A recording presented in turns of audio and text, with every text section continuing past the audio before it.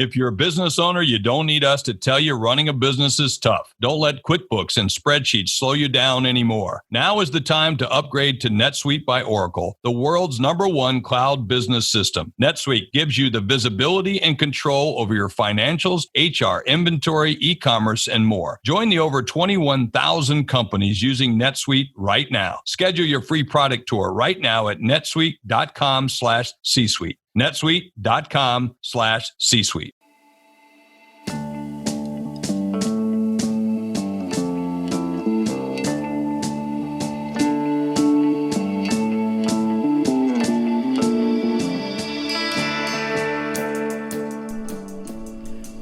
Welcome to the Superhero Homies podcast. My name is Quentin, and as always, I am here with the homie Kevin.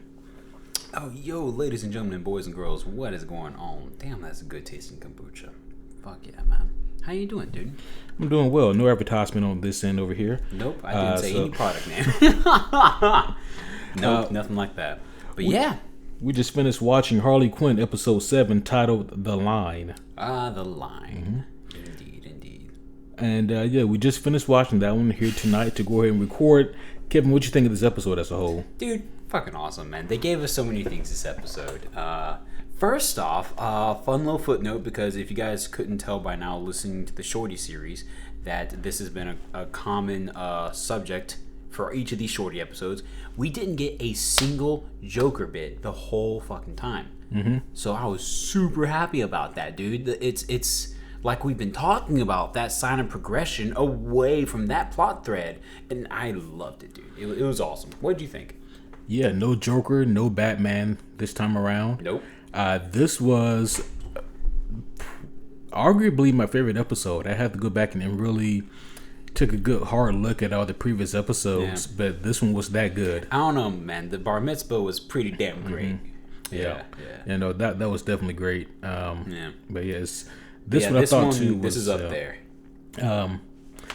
One cool thing about this episode that I can't really say about all the others is that this one does have a definitive A plot and B plot, like a strong line drawn between the two, and that's really cool. Yep. Don't get me wrong, a lot of the previous episodes have had B plots, but they were really soft and not really given a whole lot of attention. Yeah. Whereas this one kind of has like a stronger B plot, and something that really actually spells out some development for the rest of the show. Yeah. You know, which is really cool. And obviously, you and I both were a fan of the B plot up in here. Oh yeah. Yes. And it's so funny because since the Bar Mitzvah episode, I have been pitching and hoping for a Kite Man and Poison Ivy. Fuck us both. We've been waiting for that shit. Mm-hmm. Hell yeah. But let's go ahead and talk about the A plot here first. Mm-hmm. So it starts off with Harley Quinn, and she is back at the the tax office, essentially talking to Queen of Fables, who is still trapped in the tax book. And she is set to be released after spending 30 years in the book. She's set to be released from the book. Mm-hmm. And obviously that's really exciting for Queen of Fables, and Harley's really happy for her because Queen has helped her out a lot in the past. Yeah, she claimed her to be a mentor. Yeah, absolutely. And now, so it is interesting. And I think there is something that I will go ahead and kind of clarify, because it's understandable. Some people may be wondering why a fucking tax book. I mean, I'm pretty sure that's actually fucking canon. Like, if I had like, it was just a book that was lying around, and they used it to capture her in the comic.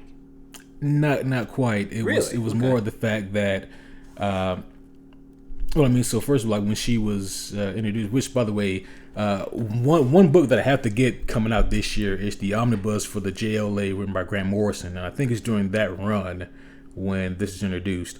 Okay. Or she was made by Mark Waid, one of the two. Either way. Oh, tax book doesn't have any fairy tales. Doesn't have any fairy tales in it. Yeah. It's just boring ass stuff. There was nothing imaginative in that book for her to use. That's why they used it.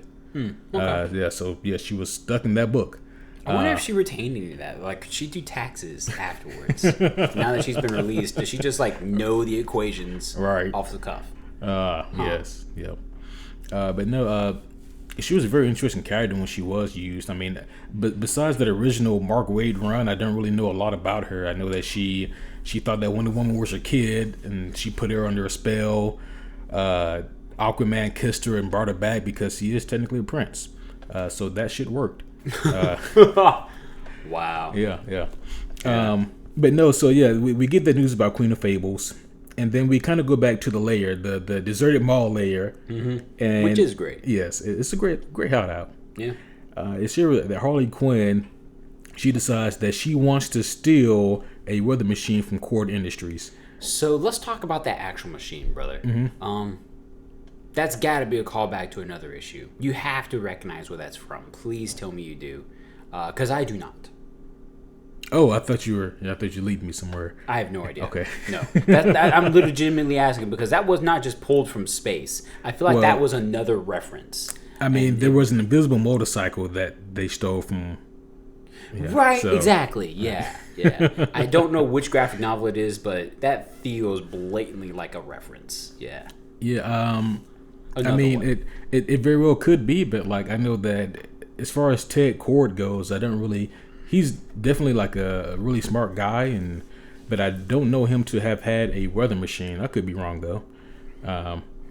Ted Cord being the second Blue Beetle, my personal favorite of all the Blue Beetles. But yeah, we don't see him this episode. I was kind of wondering if he would or not, but no, we get another cameo from someone else instead. Yeah. But no, that's their plan though. So still a weather machine.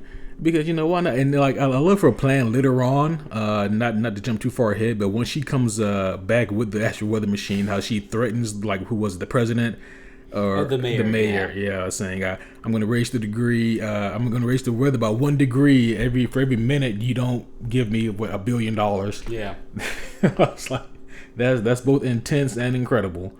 It's going to get really hot really soon. Yep. But so that's her plan. And it's at this time where on the news is being stated that they're about to release Queen of Fables from her book, in which they do. The judge does, and Zatanna does it. They get Zatanna to release Queen of Fables from the tax book, and then they immediately put her in shackles, throw her in the back of a van to ship her off to Arkham. And Harley's like, well, no, what the fuck? That's my friend. So Harley single-handedly breaks her out of prison. Yep. Mm-hmm. She literally goes, okay, let me go real quick. I'll be right back. And just like almost on a freaking errand run, stops this cop car and frees her. Easy as that. That's it. That's what. It's like, okay. Damn. Yeah. I mean, it makes sense because she's competent as hell. It's just like, damn, we just went. I love the pacing because they don't fuck around with it. They just kind of said, okay, this is the point we need to get to in our story. We're not going to waste half an episode trying to quote unquote release her. Fuck that. And I love the story they told. Yeah. And that's exactly what they do. She goes and like, I would assume 90 seconds flat has this woman out of custody. On a much more content-worthy thought process here, you can tell that the show's producers Kelly Kuko and the others I can't remember. Am I saying her last name right? Kuko? Kuko.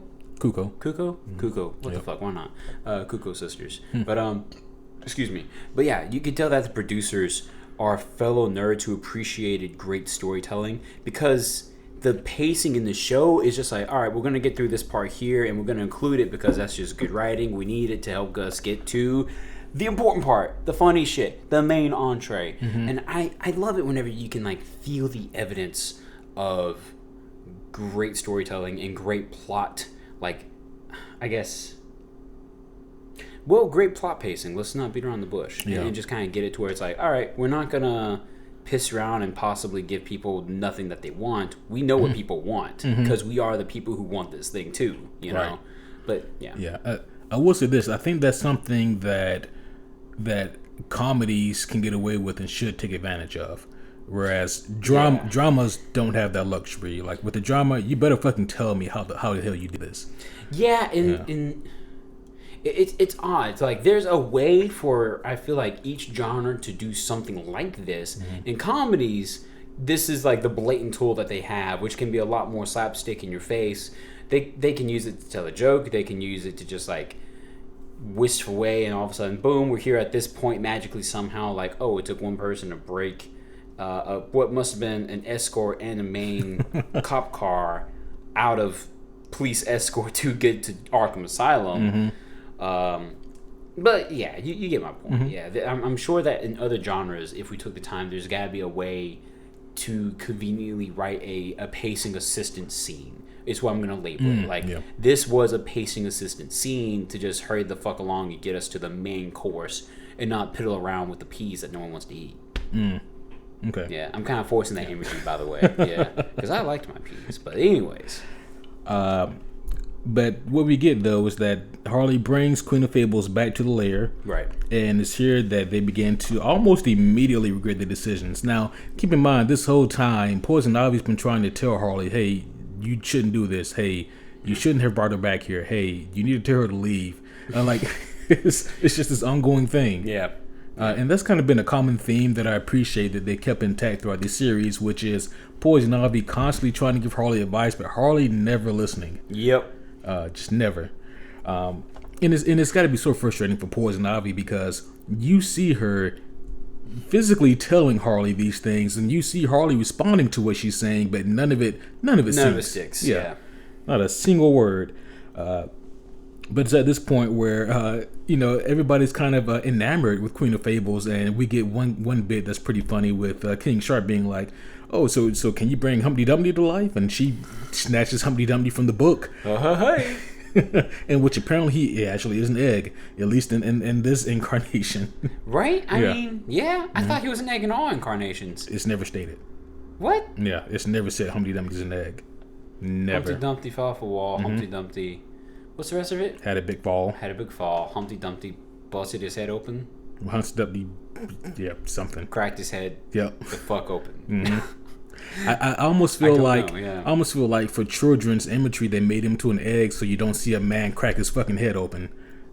That seems like the safe thing to do, actually. Yeah. Because children's stories are way too dark. Yeah. I mean, yeah. London Bridge. What's another one? Hell, I mean, if you look at even the shit Queen of Fable does here with what she has, man, Yeah. it's all dark and made the darkest. True.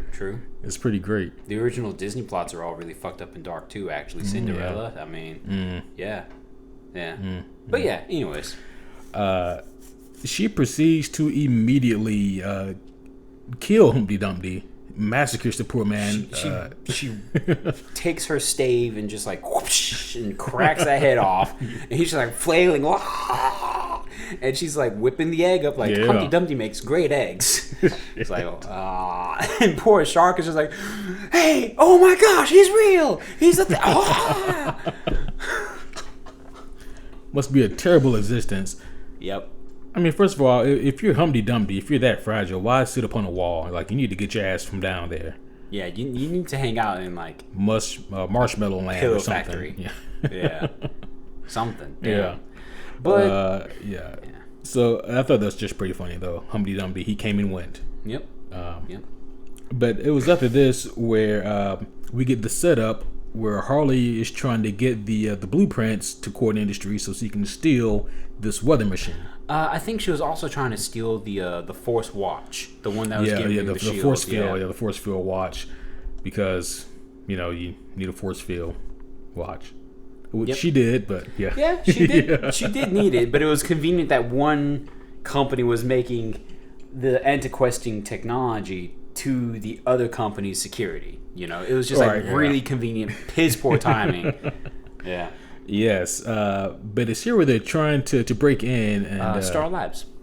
Yeah, they're breaking into Star Labs. Yep. Yeah, to steal it.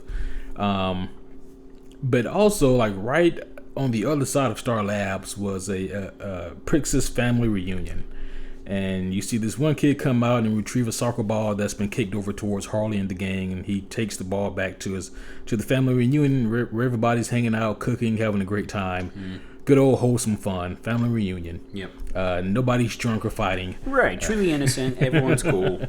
Big old grill going. Yes. Sounds great. Yeah. Now, while Harley and the gang are about to go in and steal the Force Watch, they also recruit Cinderella's mouse, who. The mouse was great. The mouse was amazing, yeah. He was only in like a couple of scenes, but he was awesome in every one. Yeah. He was basically a Green Beret. Like, this mouse would have fit in perfectly with the cast of Predator. Yeah, he would. Because Shark is like, I don't know how much a mouse is really going to help us out here. Mouse is just like, looks up at him, pissed off, continues to get dressed in like his Green Beret Army Ranger uniform, takes a human-sized cigarette, finish it in one long draw, and flicks it at Shark. It's just like, the fuck? What? He's got like an ammo belt for bullets that are mouse-sized, by the way. It's like, the fuck? Where's your gun for that? There's so many questions. So many. In fact, didn't Shark even say that? Like, well, that's reassuring, but there's a lot more questions about this now. In which there were, and there should be. There should be, but we never go back to it. It's done. It's great. You know, like, and this really doesn't even matter at all. This is just me, not even being picky, but just being wishful. I wish that, like, we could have gotten maybe just 90 seconds to 2 minutes more of this episode where we get to see Commando Cinderella Mouse go through and do his thing. That would have been great. Just kind of like see him go down, maybe like land on the back of someone's neck, just like, you know, classic, like, really deep Ranger dark shit. Oh, He's yeah. like, what the fuck happened to you? Yeah. Like, did you have to train, like, with other mice to avoid the stepsisters? I mean, damn. Apparently. Yeah, apparently. Yeah, because like the access point was I think 4 inches, so they needed something or someone who could fit through there, and Cinderella Mouse was definitely the perfect choice. I mean, my suggestion would have been like clay. Just send a small dollop of your clay through and let it be sentient and go through. But no, fuck that. They got a Green Beret X-Ranger mouse. Yes.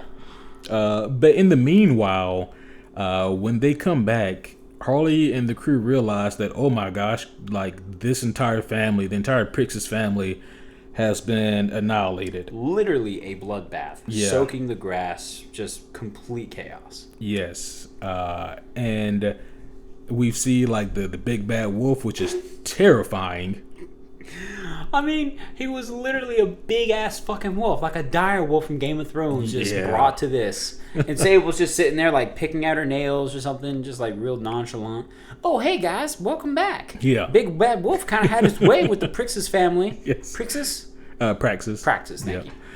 I mean, the big bad wolf was basically a non-bipedal werewolf. Like, that's how massive this thing was. Which is funny because we eventually see the first time we see Sable during the heist here. She goes, "Oh, Harley, it's okay. Let me get this. All right, kids, who likes fairy tales?" And she gets a bunch of innocent ones out first. Right. And it's like, oh, that's reassuring. Maybe she's not as bad of a person as Poison Ivy's led to believe. Is kind of the look that Harley gives. But then, sure enough, where the fuck are those innocent fairy tales at? Because we got Big Bad Wolf that ate everybody, and the 3 little pigs who are going around eating the fucking leftovers, cleansing the world of the bodies. And it's like, oh, damn. You know, I will say this, with Queen of Fables, I appreciate her logic, man. She has true video game logic. Whether it be Metal Gear Solid or Skyrim or whatever it is, man. Like, if you kill one person and someone else sees, you have to kill them too. That's the only way. Finish the bloodline. Yeah.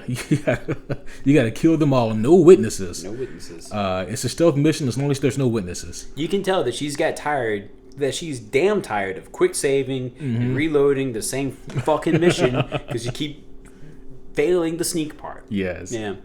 But Harley sees one person left who she thinks is a little girl, but that Praxis, as we're going to find out, is not a little girl. She saw a blonde head with a ponytail, which, you know, would mislead many of us. And they were ducked behind a picnic table, conveniently hidden from everyone else. Yeah. Very pivotal moment.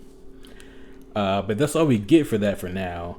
The next thing we get, as far as the main plot goes, is we come back to the lair, and once again, Poison Ivy's like, listen, Harley, I hate to say I told you so, but you got to get rid of this. You can't let her stay or go with you continuously. I really like something that was said here. It's like, Harley, you're a bad guy, not a bad person.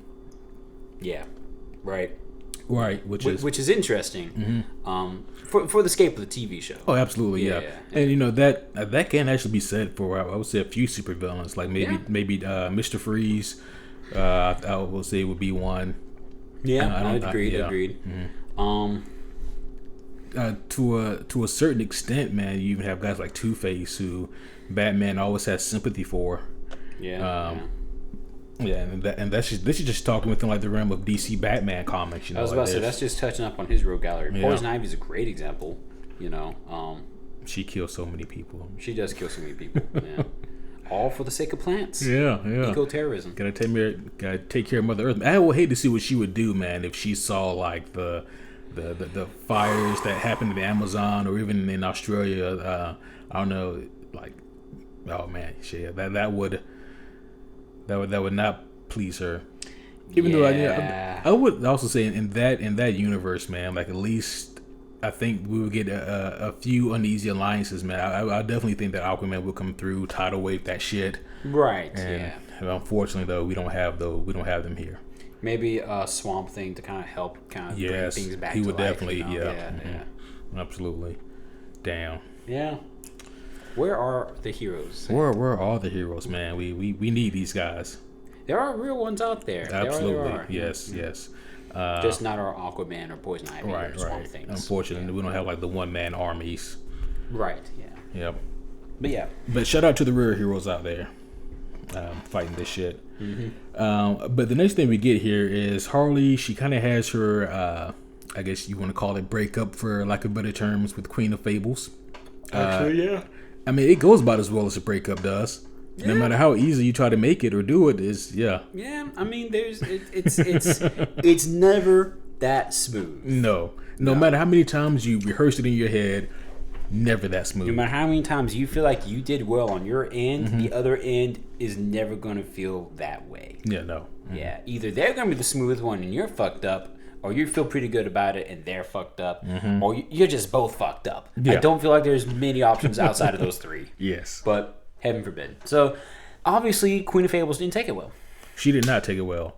And she presents, kind of an interesting conundrum for Harley, which is, I thought you wanted the job done. Do you or don't you? Yeah. This is what we do. Like, everybody in the Legion of Doom does it by this way, too.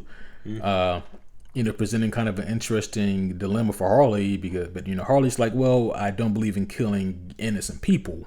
And that's where Queen of Fables like, all right, you know what?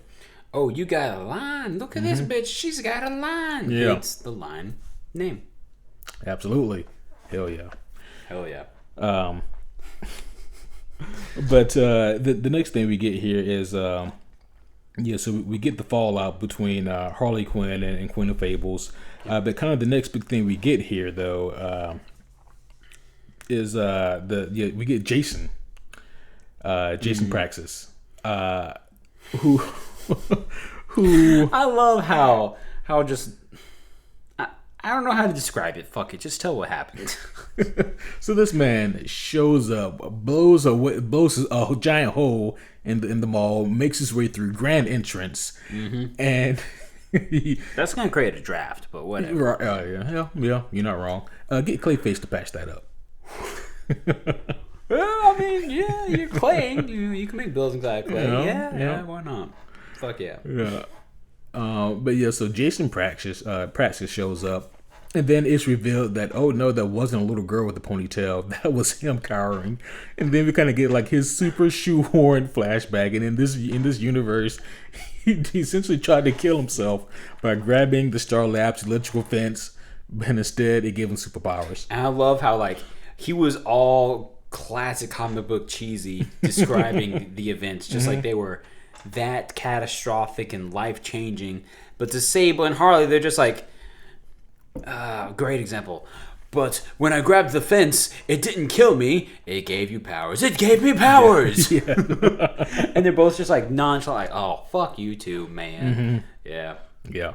It was interesting what they did with his powers, because I never really knew him to have like electric type powers. I didn't know if that was like a lot of electrical energy. It felt like it though. That's what it was drawn as, but it was purple all the time. So I kind of imagine. I mean, he has like definitely a slew of powers. Like he can fucking make illusions. I've seen him do that. I've seen him control people's thoughts to an extent.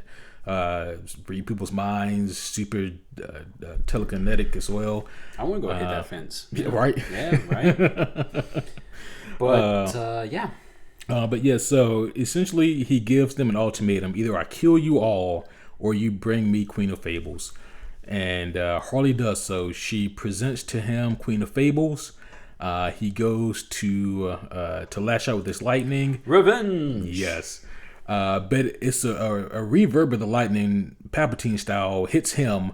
And both he and Queen of Fables are knocked down. But Queen of Fables actually had on the force field watch that Harley slipped on. Yep, yeah. Harley slipped it on as she was holding hands behind Sable's back. Fable's back, yeah. Whatever. Fable's back, because Sable's a different character. And yeah, it's like, oh, hey, the trick. I wasn't going to sacrifice you. Even though you were just trying to kill me, bitch. Mm-hmm. Yeah, so. Yep. In a Mass Effect style game, like, you kind of have to wonder the repercussions for that. Like, that's not going to be the end of it. Telltale, Fable will remember that. Yeah. Here's your Telltale. Oh yeah. But and OG BioWare. Yeah, and OG BioWare. But so at this point, Queen of Fables and Harley, they have their conversation, and like they're not on good terms. But Queen of Fables like, you're an idiot for letting me live and for letting me walk away. And hell, Harley even gives her back her spell book. And it's so great because for all we know, Queen of Fables left. And at this point, Jason, he comes back to, and he goes, did I do it? Did I avenge my family? And Harley goes, yeah, you did. You're good, yeah. And at that point, as he begins to, what I think was going to monologue again about how relieved he is, he gets massacred. He gets stabbed through the back of the head, through the mouth, by the end of the golden stave of Daggum Queen Fable. Yes. She absolutely, I mean, this lady is a murderous person. She is, and she doesn't blink at all when that happens. She has no repercussions against it. Yeah. She's quick. She just simply responds, and look at me about to walk away, forgetting after all that stuff I just said about ending the bloodline, and here I go about to walk away, leave this jackass alive. It's like, well, I mean, you got a point, but damn, bitch. You made him into a ragdoll. Right. And like I really like Wanda Sykes because it's like I was pretty sure that was her. I had to look it up to confirm. But man, she really did a great job with this character. In both episodes we've heard her in. Yep. So that's been pretty great. She really does a great job with that role and bringing that character to life with such hilarious tenacity. Yeah. But the end of the A plot is we see Harley trying to get into this weather machine. The crew's trying to figure out the password. King Shark can't think of it. Clayface is giving away his own password. Dr. Psycho was there. Yep. And of course, what always happens whenever you forget your password and you try too many times, you lock yourself out. Just like your iPhone. Yep. Only this one has the self-destruct sequence. This has a self-destruct sequence. Yeah. Thankfully, it's not like a thermal detonator. It was just like a break itself sequence. Like, right. and just like collapse like a Lego building. And it's just like, oh, that sucked. It wasn't like a big, the mall's gone. It was like, oh, well, it broke itself. Yep. Yeah. But yeah, so the machine broke itself, and which essentially meant that all that was done for nothing. We're back to square one. We're back to square one. That family was indeed murdered for no reason. Wait, did they say that? Yeah. Fuck, wow, that's sad. So you massacred a family for no reason. No, Queen Fable massacred a family for no reason. Yeah, that's it. Yes. Yeah. And then, of course, the B plot. Yes, the B plot. Oh, yeah. I liked the A plot, but I really liked the B plot. Mm-hmm. Yeah. That revealed a lot. It did, and I was very giddy and very happy with this B plot. Where are you going dressed up like a 50s woman with like a trench coat and like a bandana over the head and sunglasses? What the fuck are you up to, Poison Ivy? Yeah, she says, "Are you going to sleep with your husband's boss? That's what you look like." Right. Yeah, she's not wrong. Mm-hmm. She did look like one of those old school Hollywood Scarlets. But no, we find out that she is going to like it looks like a kind of a crummy apartment complex, and what was door or apartment number 66 is now 69. Nice. As Kite Man so put it. Yes. She knocks on the door, and of course, who comes to the door? But lo and behold, it is Kite Man. Kevin, what you think about this scene here, Dude, and this entire sequence? Fucking love Kite Man, bruh. Like, I want more Kite Man. I want to see the adventures of Kite Man. I want to see this shit because his personality, his facade of confidence and what. No, excuse me. It's not a facade. He is just that, like, naively confident. Like, what the fuck would you call that? Confidence with naivety? I mean, damn, but it's so awesome how, like, just gun-ho he is about himself and how awesome he is. And I love that. It works so well. But he's just like, hey, you see what I did there? I changed the door to make it a 69. It was 66, but I had to change it. Nice. Yes. And Poison Ivy the whole time is like, oh, you're making this harder. He's like I swallowed the beard hair. Oh, there it is. That sucks. But no, because I've been really trying to put my finger on it, and Kite Man is he's like an amalgamation of Zap Brannigan, except he's more likable, and Jerry Smith from Rick and Morty, except he's more confident. Yeah. So he's like, actually, that's not a bad ingredients list. Yeah. Zap Brannigan and Jerry Smith. Yeah. Like he reminds me of both of them. Like in the meeting in the middle, and you have Kite Man. Yeah. No, that's actually a really good point. Zap Brannigan at your service. Captain's log. Yeah. Stardate Kiff. Yep. I mean, hell, a lot of his and Poison Ivy's relationship does remind me of Zap and Leela.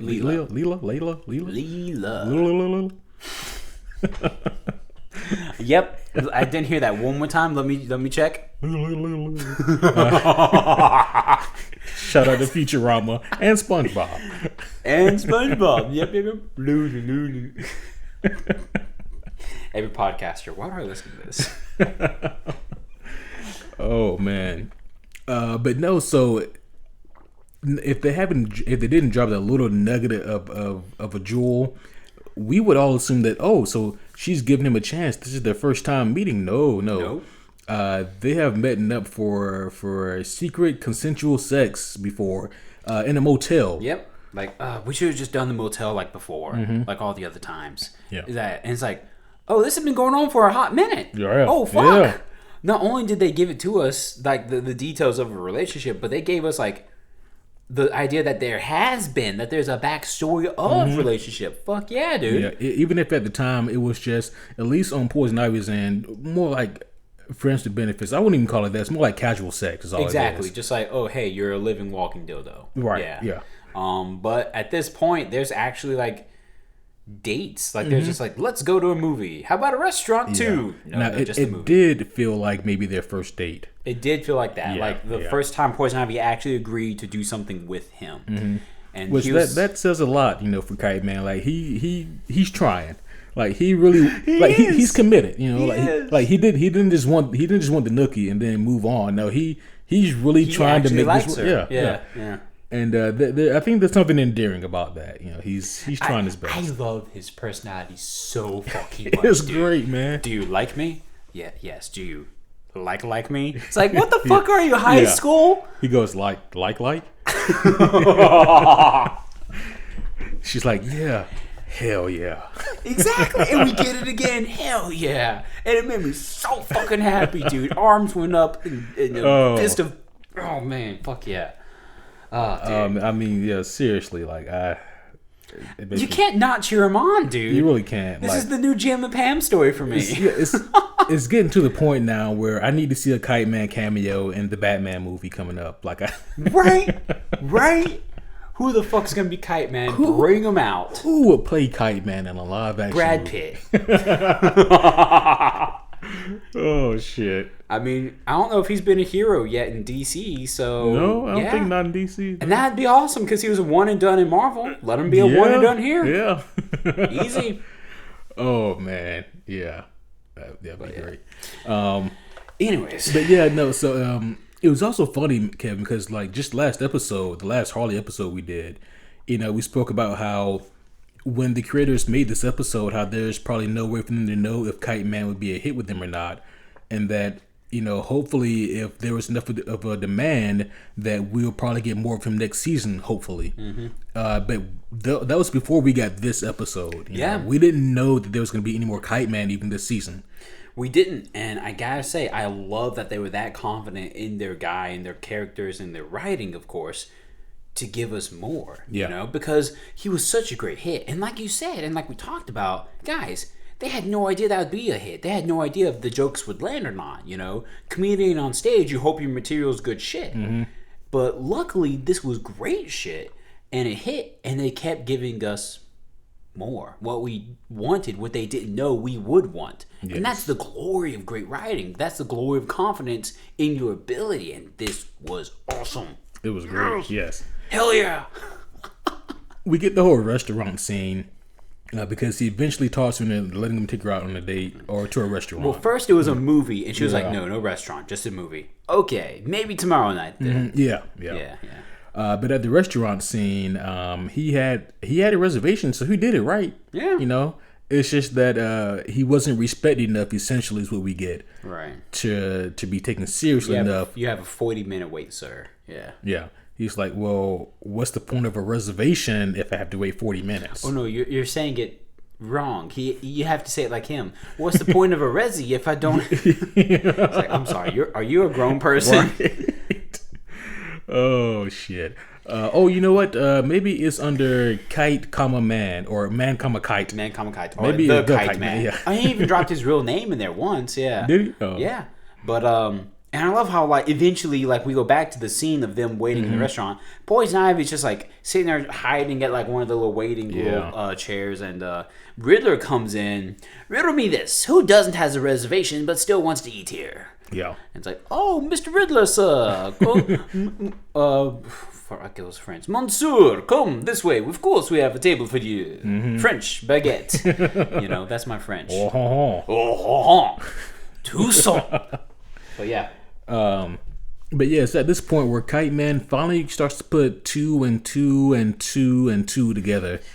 And he puts all the clues together. Yeah, he puts all the clues together and realizes, wait a minute, you're ashamed of me. You're embarrassed to be seen with me. The hat, the glasses, the trench coat. You're embarrassed to be with me. There's not even lingerie under there, is there?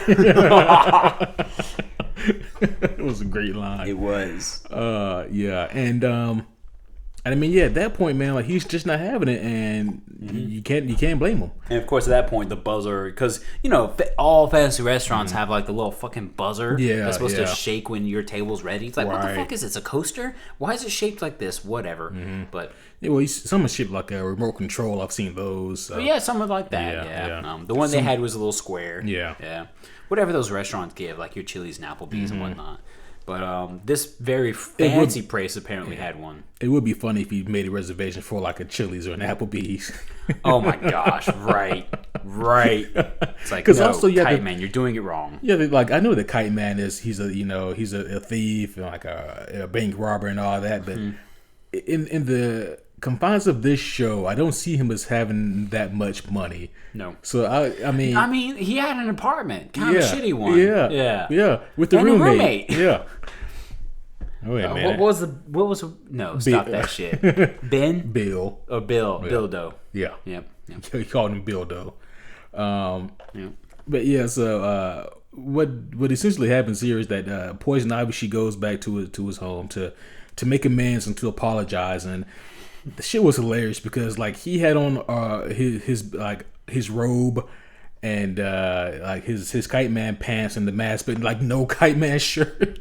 Like the torso was gone, but the mask and everything else. Like he kept the mask on, and he lets her in. And he's like, oh. Well, yeah, I guess come on in. Why not? But obviously still upset. And he goes back to the couch. He's playing video games. Right. It's like, how much more relatable can you be? Yeah, I was like, do I like Kite Man so much because I am this version of Kite Man? Like, this is a problem. At this point, yes. At this point, we are all part Jerry Zapp Kite Man. And I think maybe that is why we like him so much because, you know what, he gets the bait.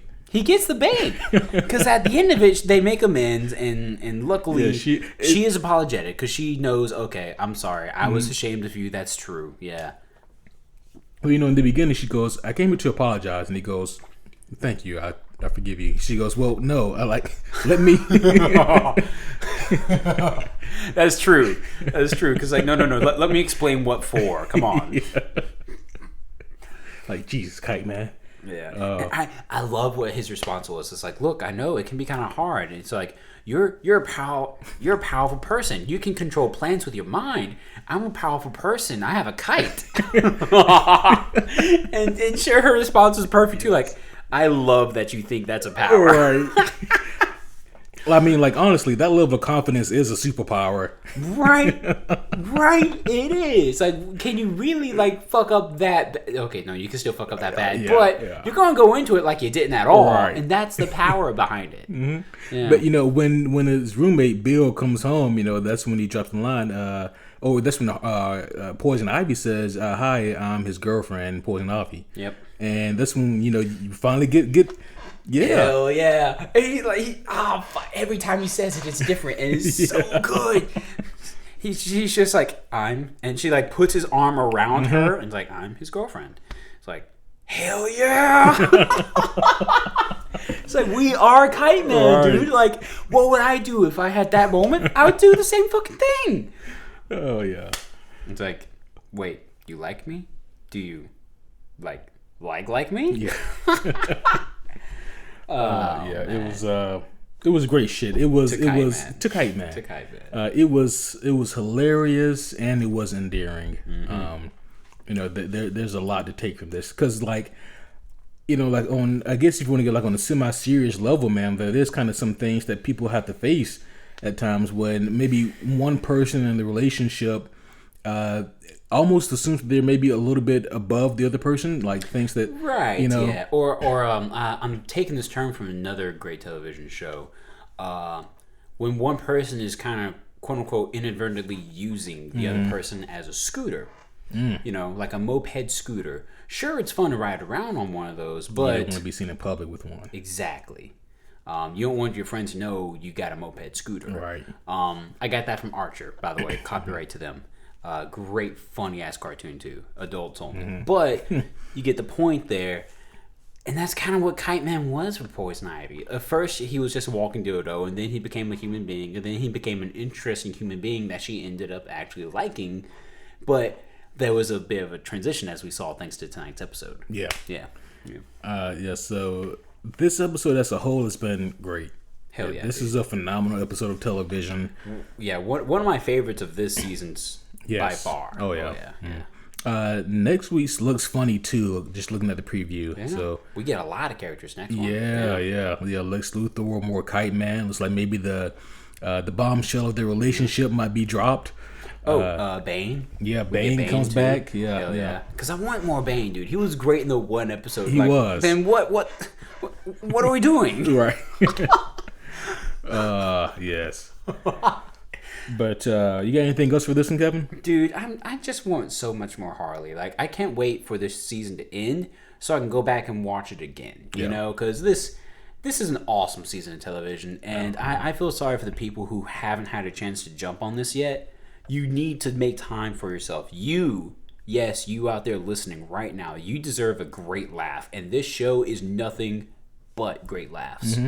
It is tremendous. I mean, it is. Like, in this show, it is for fans of the comics and non-fans alike. Like, if you know all these characters or none of these characters, you will love this show. That's the genius behind the writing. It is, guys, just watch it, please. Yeah. Just watch it. Even if you don't have DC Universe, find a friend who does and watch the show. Absolutely. But with that being said, guys, if you want to help me and Kevin escape from our destitute position so we don't end up like Kite Man, then you can help us out. Kite Man's dating Poison Ivy. He's in pretty good straits. You can help us out by going to patreon.com/superherohomies. We'll be covering Bad Boys 3 and The Gentleman, both movies coming out later on this month. We just recently did The Grudge, and we just recently did The Mandalorian review with the homie Caleb. Not only that, but we did Star Wars at the end of last year. We have a lot behind us and a lot more coming up as well. Hell yeah. Also, by the end of the month, the big old famous Witcher Netflix series is going to be covered by us. yours truly. And of course, we had to talk about that one because we're big fans of the game. We're big fans of the show. Come check it out. Yeah, toss a coin to your homies. But with that being said, guys, thank you all again for listening in. But if you, we also, if you guys have any more suggestions for us as well as far as like what you'd like for us to cover, hit us up. We will be covering Planet Hulk and World Hulk not that far from now. Not that far from now. Yeah, and we're covering Dark Knight Metal here very soon. Yes, that will be up on the 21st. So, yeah, be sure to keep your ears open for that one. And, yeah, not only that, but, also Injustice is down the pipeline, too. So, we'll be covering that arc, too, also down the line as well. So, be sure to keep them coming, guys, and we'll be sure to accommodate the best we can. Hell yeah. But with that being said, I think that's all we got for now. Yep. So until next time, my name is Superhero Homie Q. And as always, I am Superhero Homie Kevin.